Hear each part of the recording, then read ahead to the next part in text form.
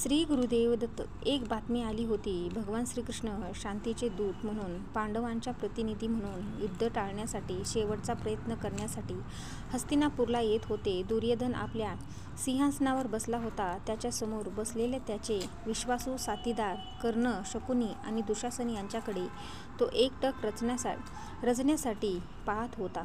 दुर्योधनाने ही कल्पनाच हसत उडवून दिली. तो म्हणाला, शांती ते केवळ दुर्लभांसाठी असतो. कृष्ण हुशार आहे, पण तो एक माणूसच आहे आणि प्रत्येक माणसाला झुकवता येते. शकुनी पुढे येऊन म्हणाला, महाराज, तुम्हाला त्याच्या शब्दाकडे लक्ष द्यायची गरज नाही. तुम्हाला फक्त त्याला गप्प बसवायचे आहे. विचार करा, जर कृष्णाला आपण येथे कैद केले तर पांडवांची छाती किती धडकी भरेल. दुशासन जोरात हसला. ते आपल्या पायावर लोटांगण घालतील. भैया, त्यांच्याकडे दुसरा पर्यायच नसेल. फक्त कर्ण शांत होता. त्याला कपट नको होते. तो युद्धावर विश्वास ठेवत होता. लबाडीवर नव्हे, पण त्याची निष्ठा दुर्योधनाशी होती. जर त्याने हे ठरवलं असेल तर कर्ण त्यांच्या पाठीशी उभा राहणारच होता. दुर्योधन हसत म्हणाला, ठीक आहे, जाऊ द्या कृष्णाला, पण एकदा तो दरबारात आला की दरवाजे बंद होतील आणि माझे सैनिक त्याला कैद करतील. त्याला दाखवतो की कौरवांशी डाव खेळणं किती धोक्याचं आहे. पुढच्या दिवशी हस्तिनापुरात एक मोठ्या बातमीने गजबजली होते. भगवान श्रीकृष्ण हस्तिनापुरात पोहोचले होते. दुर्योधन राजमहालाच्या गच्चीवर उभा राहून पाहत होता. भगवान श्रीकृष्णाचे रथ शहराच्या प्रवेशद्वारातून आत आले. ते पितांबर परिधान करून आला होता. दरबारगृहात आधीच मोठी गर्दी जमली होती. भीष्म आणि विदुर गडबडून गेले होते. द्रोणाचार्य आणि कृपाचार्य एकमेकाकडे चिंतेने पाहत होते. काहीतरी अगदीच घडणार हे स्पष्ट दिसत होते. भगवान श्रीकृष्णाने प्रवेश केला आणि लगेच सगळे शांत बसले. दुर्योधन आपल्या सिंहासनावरून उठला. खोट्या स्वागत अभिमान करून पुढे गेला. स्वागत आहे कृष्ण, हस्तिनापूरला तुझं येणं आमच्यासाठी गौरवाची गोष्ट आहे. भगवान श्रीकृष्ण हसले. माझा प्रवास शांततेने झाला, पण सांग दुर्योधन, तुझ्या मनात शांती आहे का? हे विचारणं ऐकताच दरबारात एक लहानसा खळबळ माजली. दुर्योधनाने विचारले, काय सांगशील कृष्णा? सांग, पांडवाची काय मागणी आहे?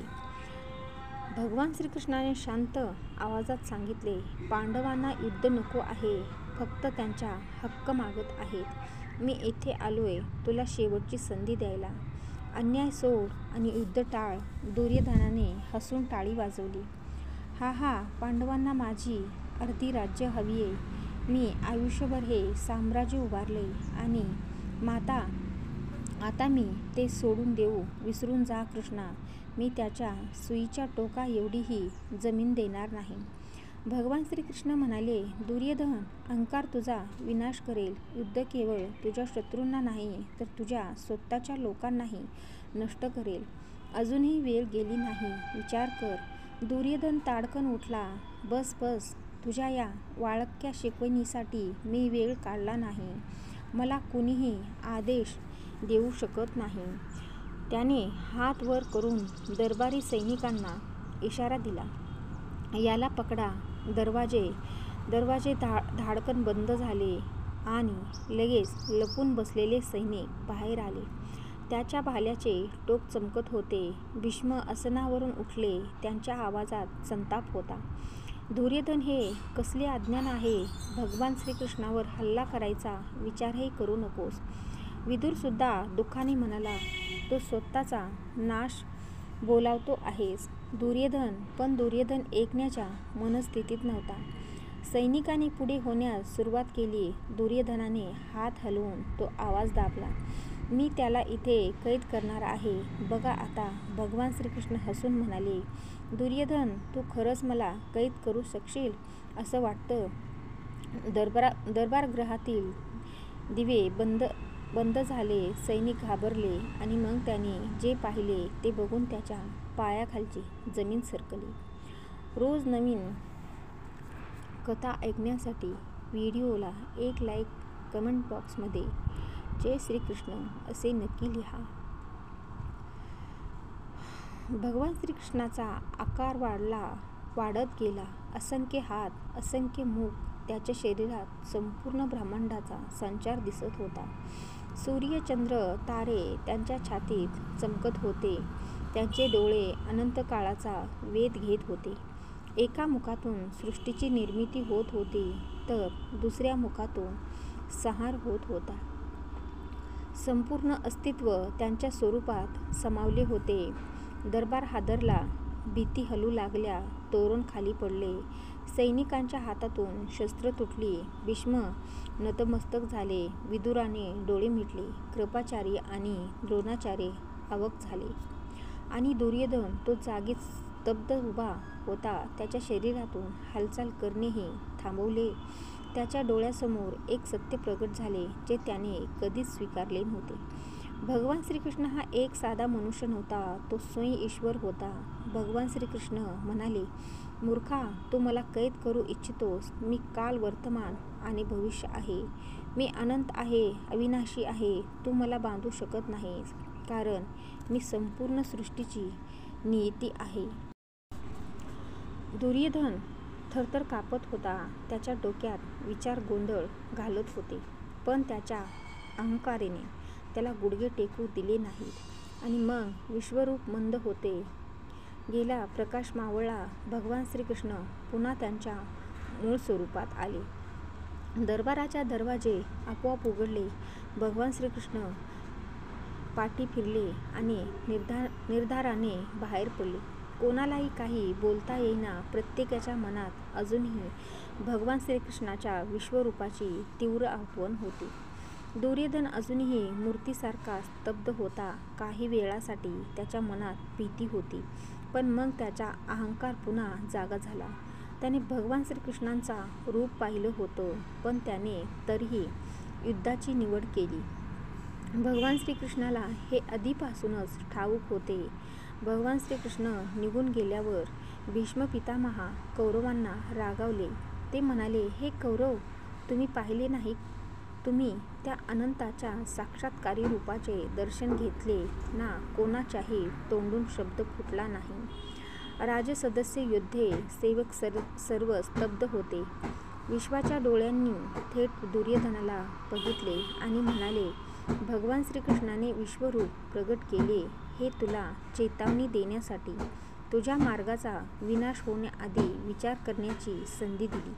पण सांग दुर्योधन, तुला त्याचा अर्थ उमगला का? दुर्योधन अजूनही शांत होता. शकुनी, जो नेहमी लबाडीने खेळ खेळत असे, आज जरा संभ्रमात वाटत होता. तो हसला, पण त्या हास्यात पूर्वीचा विश्वास नव्हता.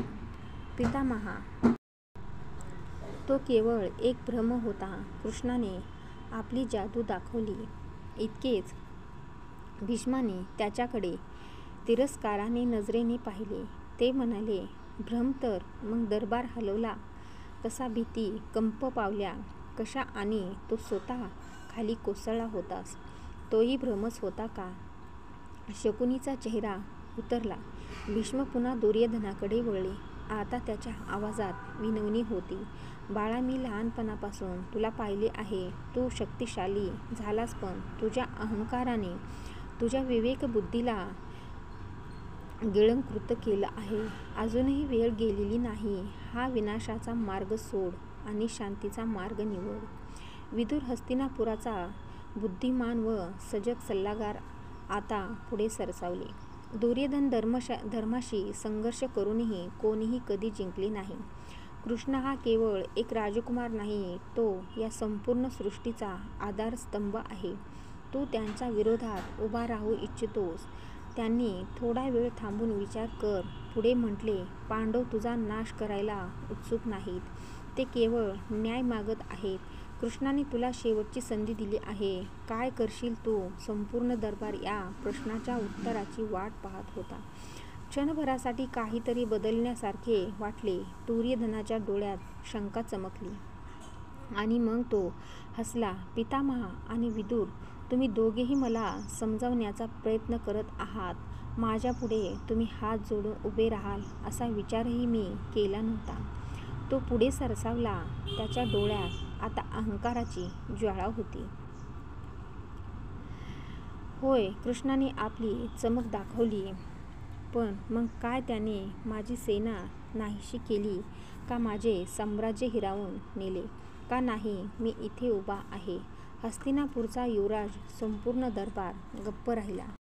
मी माझा मार्ग बदलणार नाही. मी कुरुक्षेत्रावर युद्ध करेन आणि त्या युद्धात कृष्ण, अर्जुन आणि संपूर्ण पांडवांना मी चिरडून टाकेन.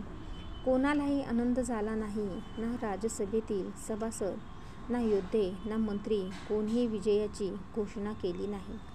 कारण आता हे युद्ध केवळ सिंहासनासाठी नव्हते. हे युद्ध नियतीच्या विरोधात होते. विदुर उठले. त्यांच्या आवाजात एक दुःखमिश्रित ठामपणा होता. दुर्योधन जात काही बोलून उपयोग नाही. तो आपले भविष्य निश्चित केले आहेस. त्यांनी मागे फिरले आणि राजसभेबाहेर निघून गेले. भीष्माही उठले. त्यांचे मन वेदनेने भरले होते. त्यांनी शेवटचा कटाक्ष दुर्योधनाकडे टाकला आणि हलक्या आवाजात म्हणाले, आज कौरव वंशाचा